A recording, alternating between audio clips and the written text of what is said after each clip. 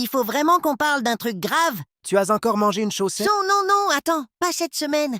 Je parle de mon humain, il dort mal, vraiment mal. Je vois. Ce matin, il m'a regardé 10 secondes entières, et après, il a essayé de me caresser avec une brosse à dents. Oui, ça ressemble à une phase de fatigue avancée. Et lui, il croit encore que se reposer, c'est juste se jeter sur un lit. Ce n'est pas juste mal dormir. C'est un dérèglement complet du rythme. Non mais attends, hier soir j'ai été voir sa chambre. Et là, c'était pas Oui, une chambre. la chambre joue un rôle important. Télévision, téléphone, tablette, lumière blanche partout. On aurait dit un aéroport à 3 heures du matin. Lumière blanche, écran, stimulation constante. Et moi j'étais là, stressée. J'ai cru qu'on allait me scanner comme un bagage. Le cerveau ne reçoit plus le signal, la journée est Et le finie. pire, il regarde son téléphone comme si la vie allait lui envoyer un message important à minuit. Et ça, c'est suffisant pour bloquer Et le après, sommeil. il fixe le plafond comme s'il allait recevoir une réponse du ciel. La chaleur aussi. Chaud? Oui. Non, mais j'ai vu moins de vapeur dans une soupe qui vient de sortir du feu. Le corps a besoin de refroidir légèrement pour entrer dans le sommeil profond. Et après, ils dorment sous 3 couvertures. 3! Et ils bougent comme des burritos en panique. Est simple, mais souvent ignoré. Eh, attends. Le pire, c'est pas ça. Avant de dormir, ils mangent. Oui, les repas tardifs compliquent encore plus la Comme situation. s'ils préparaient une hibernation de 6 mois. Le système digestif reste actif. Petit snack, qu'ils disent. Le frigo s'est ouvert 3 fois. Donc le corps ne peut pas complètement se reposer. Et après, ils disent « Bizarre, j'ai le cœur qui bat vite.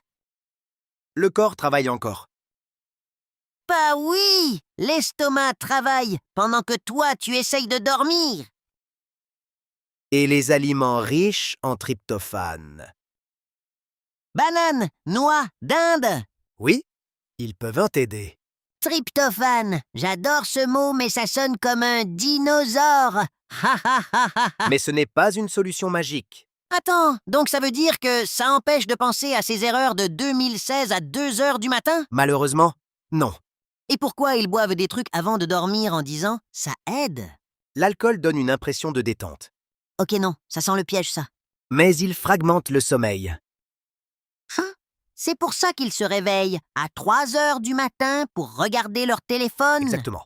Et là, c'est le problème. Les écrans, c'est probablement une des pires inventions pour le sommeil des humains. Le cerveau voit cette lumière blanche et pense automatiquement que la journée continue encore.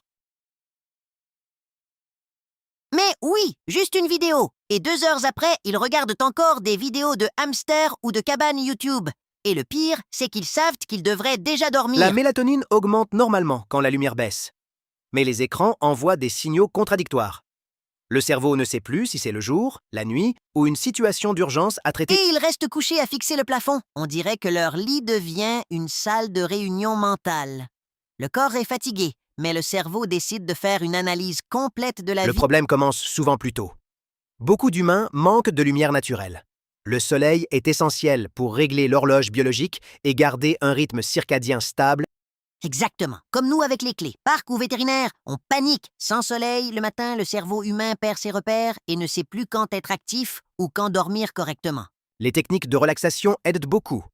Respiration lente, méditation ou calme permettent au système nerveux de ralentir progressivement au lieu de passer brutalement de l'éveil au sommeil.